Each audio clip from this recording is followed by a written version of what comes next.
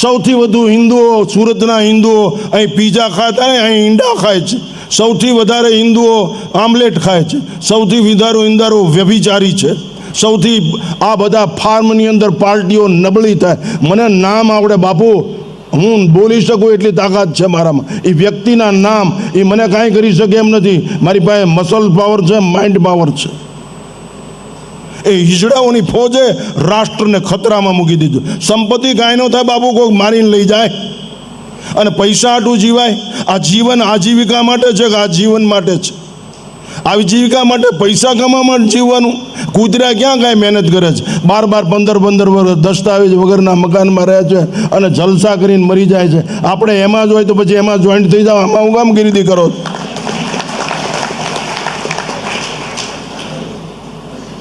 તમારી જાતને પૂછો, આ લારી ઉપર કોણ હોય છે?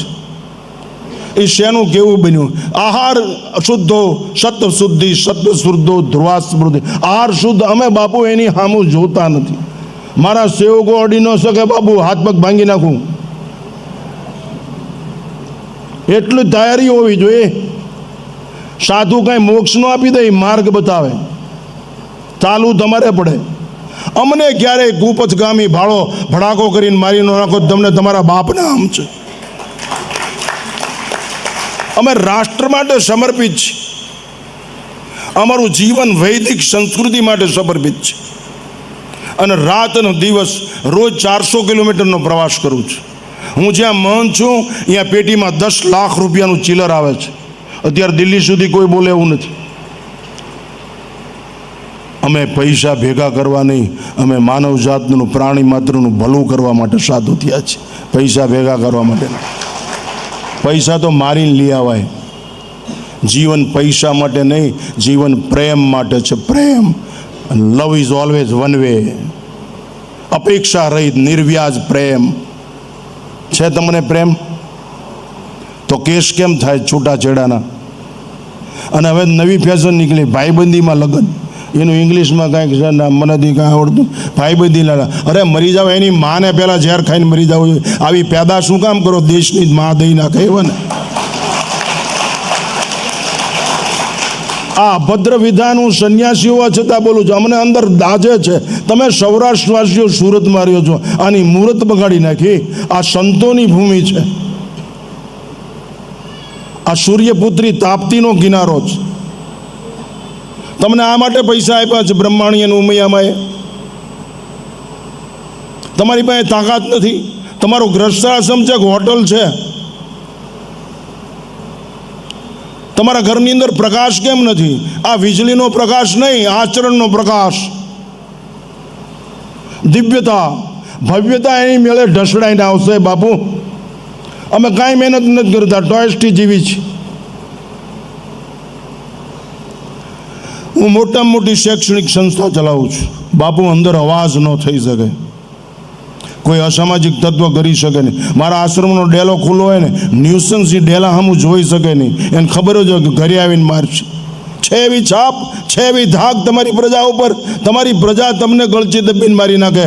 રેસમાં હારી જાય, દારૂમાં હારી જાય, માંસમાં હારી જાય, મદિરામાં હારી જાય, વેશ્યાગમન હારી કરી જાય. તોય તમે એમ કહો કે બેટા સુધરી જા. અરે મરી જા. આના કરતાં પથ્થર જન્મ્યો હોત તો કોઈ ગરીબ માણસની દિવાલમાં કામ આવે. રાષ્ટ્ર એવું સ્વીકારતું જ નથી. હમણે વાત સાંભળીને તમે, કીર્તન સાંભળ્યું, મનુષ્ય તું બડા માન, તું જો ચાહે પર્વત કો ભી ફોડ દે. માટે માતાઓને પહેલી નૈતિક ફરજ છે કે તમે તમારા ઉછેરમાં ફેર છે, ઉછેર સારો કરો. ઘરનું વાતાવરણ શબ્દથી ભરી દો, દિવ્ય શબ્દોથી. કીર્તન ગાઓ, ભજન ગાઓ. અરે ડોસી વગરનું ઘર શમશાનથી બે જ છે. અહીં વૃદ્ધાશ્રમ હોય, ડોસી જ અનુભવની ખાણ છે. એ જ પકડીને લઈ જશે. આ ખોડિયારમાં છે, આ ચાઉનમાં. જો આ ચકલી રહી, જો કલ ઉડી રહ્યું. પ્રકૃતિ સાથે તાદાત્મ્ય એ જ કેળવાવશે અને વિકૃતિને જન્મ નહીં આપવા દે. એ ડોસીની તાકાત. એ ડોસીને ઓટલે ખાવા નથી આપતા, કાઢી મૂકો. અમને બાવાને હાર પહેરાવીને, શાલ ઉડાડીને, ભેટ પૂજાનું કવર આપી તમને મોક્ષ નહીં મળે. શું અમારા બાપનો ખજાનો છે? તારી માને પહેલાં પગે લાગ, તારી માનું પહેલાં ભલું કર. ધર્મ એને કહેવાય. આ તો મા બાપ ઓટલે બેઠા હોય, અને અમારે અહીંયા ઓલા બાપુ આવ્યા, દોસ્ત કોઈના બાપની તાકાત નથી કે જે મા બાપથી વિમુખ થાય અને સુખ પ્રાપ્ત કરી લે. એવું કોઈ સંતો કહેતા હોય ને એને પાણો મારીને મારી નાખો. એવું બને જ નહીં. જેને જન્મ આપ્યો એ જન્મદાત્રી, એ પિતા, એને તમે ગણો નહીં. અને તમને દારૂની બોટલ ગમે, ગંજી બધાનું પનું ગમે. ગીતાના શ્લોકમાં શું ગાવા ગજ, રામાયણની ચોપાઈ, જે તમારું પરમ કલ્યાણ કરે એમ છે, જે મનુષ્ય ચરિતાર્થ કરી દે જીવનને, એવી ચોપાઈઓ છે. સજ્જનોનો સંગ કરો, નબળા માણસનો શું કામ સંગ કરવો છે? એને સુધારવા પ્રયત્ન કરો, એવું આચરણ કરો. મારી પાસે કેટલાય સાધુ એટલે ટર્મિનન્સ, ભાવનગર ટાઈમ, અહીંયાથી ટ્રેન પાછી. મારી પાસે કેટલાય ખૂની માણસો આવે. એક વખત તો 21 ખૂન કરેલો માણસ આવ્યો. આ એરિયાના માણસ હશે તો કદાચ એને દુઃખ થાય. દારૂડિયા આવે, જુગારી આવે, અમે એને સુધારવા પ્રયત્ન કરી, ધક્કો નથી મારતા, દરવાજા બંધ નથી કરતા. ટર્મિનન્સ સંતે ટર્મિનન્સ પોઈન્ટ છે. અમે તમે અહીંથી કંઈક લઈને જજો, બાપુ ભારે હારે બોલ્યા, એમ કાંઈ કલ્યાણ નહીં થઈ જાય. અમલ હશે તો જીવન નિર્મલ થશે. હું એકવાર એક કાઠી દરબારને અહીંયા બેઠો હતો, સાવરકુંડલામણે, વલ્ગુભાઈ ખુમાણ. મને બાપુ એક લીટીમાં અમારો ડાયરો સમજી જાય એવું કહો. મેં કીધું કહુંબો ખરલમાં રહી જાય નહીં હો, એને મીઠો કરજો. આ એકદમ તળબદ્ધ. સાહેબ સમજી જાય, કારણ કે એનો એ સંસ્કાર છે. તો તમે અમે બોલીએ એનો અમલ કરજો. અમને ન માનો તો કાંઈ નહીં, ઋષિઓના શબ્દોનો સ્વીકાર કરો, નહીંતર તમારો શિકાર થઈ જશે. મનુષ્ય તરીકેનો અધિકાર ગુમાવી બેસશો. કરો. છોકરું થનગનાટ વાળું હોવું જોઈએ, છોકરું ઉમંગ વાળું હોવું જોઈએ, છોકરું નાચતું કૂદતું હોવું જોઈએ. છોકરાને એવી તૈયાર કરો, ઘોડિયામાં બીક બગતાવાનું ગુજરું આમ, એ નહીં. જેની માં બાથરૂમમાં બંધો ભાડ્યા પછી, ગરોળી ભર્યા પછી નાવા ન જાય, એની માં શું મોજ મારે, એ શું કરી દેતી હતી. તમારી દીકરીને કયો પર્સમાં છરી રાખે, લિપસ્ટિકની બોટલ ન રહે તો કાંઈ નહીં, છરી રાખે અને કાતિલને પહેલાં ભરાવીને મારી નાખે. પરિણામ જે આવું હોય આવે. દેશ બચશે તો જ. આપણે કંઈ ન કરાય. રણછોડને કંઈ લે, દૂધ લે, બા કે શેરીમાં કૂતરા કરડે, આલા મરી જાઓ ને આવા હું કામ પેદા કરે. અમે કૂતરા શું મોતથી નથી. આ છાતી ઉપર કેટલી વાર 303 આવી ગઈ, ગોળીઓના ઘા છે, છરીઓના ઘા છે. બાપુ આ દેશની 52 સ્ત્રીઓ દીકરીઓને આ ખંભે બચાવેલી છે મુસલમાનના હાથમાંથી, જાનના જોખમે. અમે તમારી સામે હોશિયારી નથી. અમે કોલેજમાં ભણતા, અમારી પાસે કોઈ દીકરી આવીને ઊભી રહી જાય, કોઈના બાપની તાકાત નથી કે એનું નામ લઈ શકે. ઘરે જઈને મારી નાખી, મારી એમ નહીં, મારી નાખી.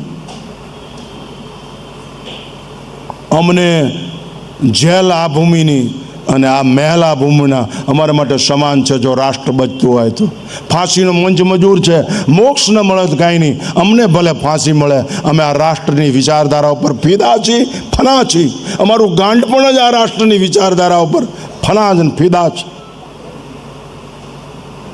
માટે માતાઓએ ધ્યાન રાખવાની જરૂર છે. બાળકોનો ઉછેર જ એવી કરો. ડોસીને ઘરમાં રહેવા દો, એ મંદિરે લઈ જશે, એ પ્રકૃતિ સાથે થાય. આ તો કંઈ ડોસી ગમે જ નહીં. ડોસીનો ગમે, રાંધવું ન ગમે.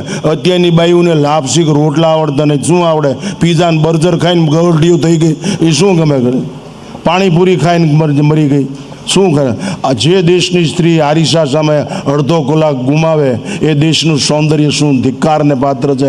એની પ્રજા નિર્માલ્ય હિજડા જેવી થાય. અત્યારે બમ્પહેડ ઉપર આટલા છે, એ પહેલાં હતા જ નહીં. આનું કારણ તમારો ખોરાક છે, એટલે જ આવા છોકરા જન્મે છે. બમ્પહેડ ઉપર કેટલા ઉભા રહે છે, આમ કરીને 10 રૂપિયા માગે. જોયું તમે? એટલા પહેલાં હતા સાહેબ, હતા એટલા પહેલાં. અત્યારે આવી ગયા. તમારો પાપ છે. હું મારા કુટુંબમાં, મારા પરિવારમાં 39મો યુવાન સંન્યાસી છું. 39મો. અને 39 RSSથી ઘડાયેલા, 39 રાષ્ટ્રપ્રેમી, 39 ધર્મપ્રેમી, સંસ્કૃતિ પ્રેમી, ખુલ્લું જીવન, બોલ્ડ લાઈફ.